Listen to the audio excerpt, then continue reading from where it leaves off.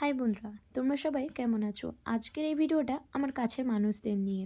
এটা হচ্ছে আমার মায়ের বিয়ের আগের ফটো, আর এগুলো হচ্ছে আমার বাবা মার বিয়ের দিনের ফটো। তো তোমরা ভাবতেই পারো যে হঠাৎ করে এই ফটোগুলো কেন দেখাচ্ছি। আসলে এই 30শে নভেম্বর আমার বাবা মার বিবাহবার্ষিকী গেছে, তাই সেদিন সবাই মিলে একসাথে বসে পুরানো কিছু অ্যালবাম আমরা দেখছিলাম। তাই সেখান থেকেই এই ফটোগুলো পাওয়া, তাই ভাবলাম তোমাদের সাথেও শেয়ার করি। তো বাবা মার বিবাহবার্ষিকী এই দিনটিতে যতটুকু সামর্থ্য ছোট্ট করেই আয়োজন করেছিলাম। তো এই দেখো, সকালবেলায় আমি দই মিষ্টি কিনে এসে দেখি রান্নাঘরে মা অলরেডি রান্না করতে শুরু করে দিয়েছে। তো বন্ধুরা, চলো দেখা যাক মা আমার এত সকাল সকাল কী রান্না করছে।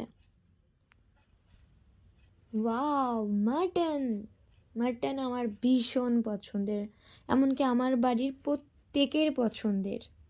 কিন্তু কি আর করার, যাদের অনুষ্ঠান তাদেরকেই রান্না করতে হচ্ছে, কিচ্ছু করার নেই। আমি মাটন রান্না করতে পারি না, তো আর কি করা যাবে। তাই আমি দাঁড়িয়ে দাঁড়িয়ে দেখছিলাম মায়ের মাটন রান্না করা।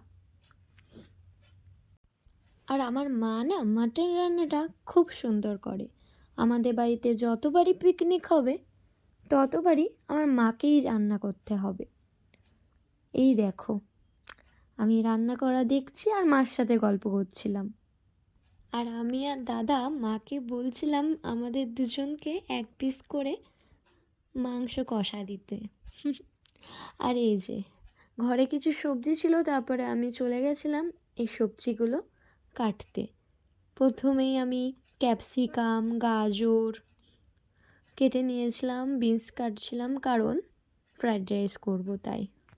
এই যে আমার সব সবজি কাটা আর যা যা লাগবে সব কিছু ধুয়ে রেডি করে নিয়েছি। তারপর কড়াইতে যে তেল দিয়ে দিচ্ছিলাম, সাথে কিছুটা পরিমাণ ঘিও দিয়েছিলাম। একা হাতে ভিডিও করছিলাম, রান্নাও করছিলাম, তাই জন্য ক্যাপচার করা হয়নি। এই যে তেলটা গরম হলে তারপরে গোটা গরম মশলা দিয়ে দিচ্ছি। তারপর এক এক করে সব সবজিগুলো ভেজে নিচ্ছিলাম, আর স্বাদ মতো নুন, চিনি এগুলো দিয়ে নিচ্ছিলাম, যদিও আগেও একটু লবণ দেওয়া হয়েছিল। আর অনেকেরই রান্না হচ্ছিল, তাই জন্য এইভাবেই করা হচ্ছিল। আগেই সবজিগুলো রেডি করে নিচ্ছিলাম, পরে কিছুটা গরম মশলা গুঁড়োও দেওয়া হয়েছিল। ব্যাস, তারপর আমার হচ্ছে সবজিগুলো রেডি। তারপর ভাতের উপরে এরকম সবজিগুলো এভাবে দিয়ে নেওয়া হচ্ছিল, পরে মিক্স করে দেওয়া হবে। আর এই যে মাটন আর ফ্রাইড রাইস দুটোই রেডি।